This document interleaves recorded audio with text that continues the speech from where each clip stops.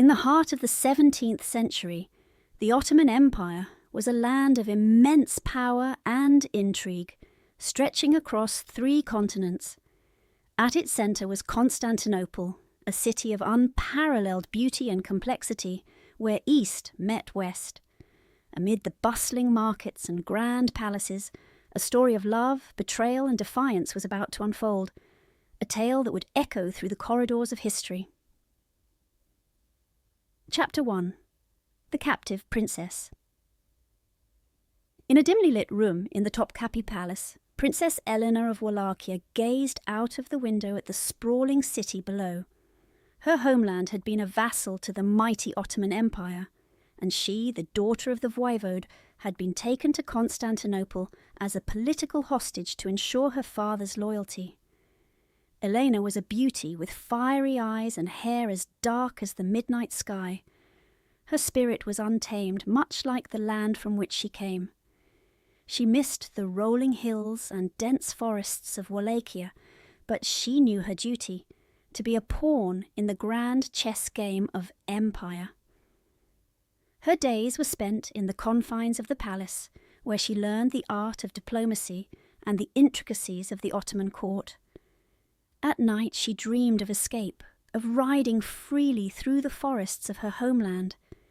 Yet every morning she woke to the same gilded cage, her fate tied to the whims of the Sultan. She befriended some of the other hostages and courtiers, learning their languages and customs. Elena became particularly close to a young Byzantine noblewoman, Maria, who shared her love of poetry and music.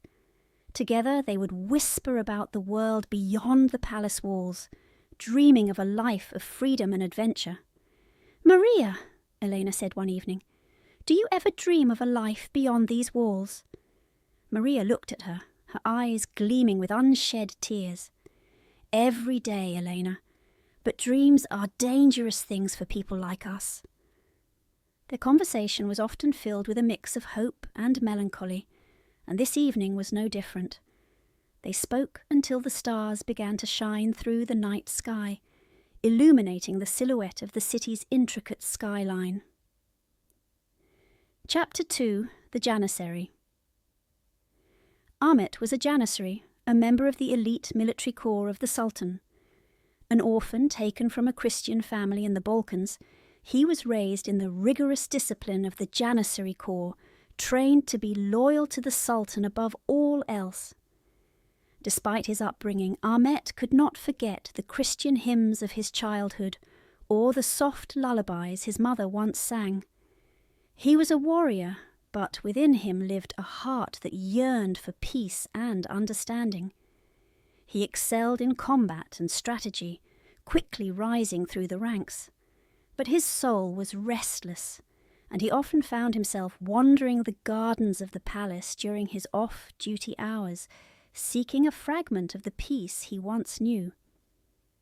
During one of these solitary walks he came across an old dervish who saw the turmoil in Ahmet's eyes. The dervish spoke to him of the beauty of all creation, of the bonds that connected every living being, and of the love that transcends all boundaries. These conversations deeply affected Ahmet, planting seeds of doubt about his role as a soldier. "The world is vast, and love is its greatest mystery," the dervish told him. "Follow your heart, Ahmet, and you will find paths open before you that you never could have imagined." Chapter 3. An Unexpected Meeting. It was during a rare festival that Ahmet first saw Princess Elena. She was in the royal enclosure, surrounded by ladies of the court, but her eyes were distant, her mind clearly elsewhere. Ahmet watched her from afar, captivated by her beauty and the sadness he saw in her eyes. Over the following weeks he found excuses to be near her, drawn by a force he could not explain. He observed her during royal processions and sought glimpses of her in the palace.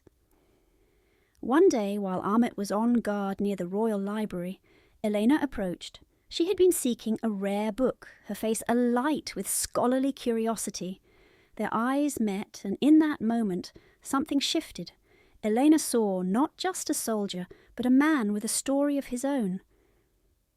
"Excuse me, sir," Elena said softly, not sure why her heart was beating so fast.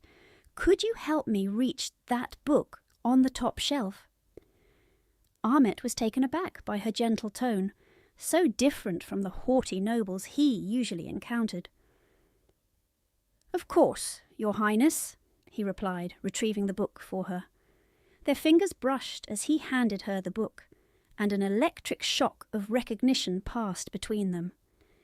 "Thank you," she whispered, her eyes locked onto his. "I have not seen you here before." "I am Ahmet, at your service," he said, bowing slightly. "I have often seen you in the gardens, Princess Elena." "You know of me?" she asked, surprised. "One cannot help but notice the sun among the stars," Ahmet replied, immediately regretting his bold words.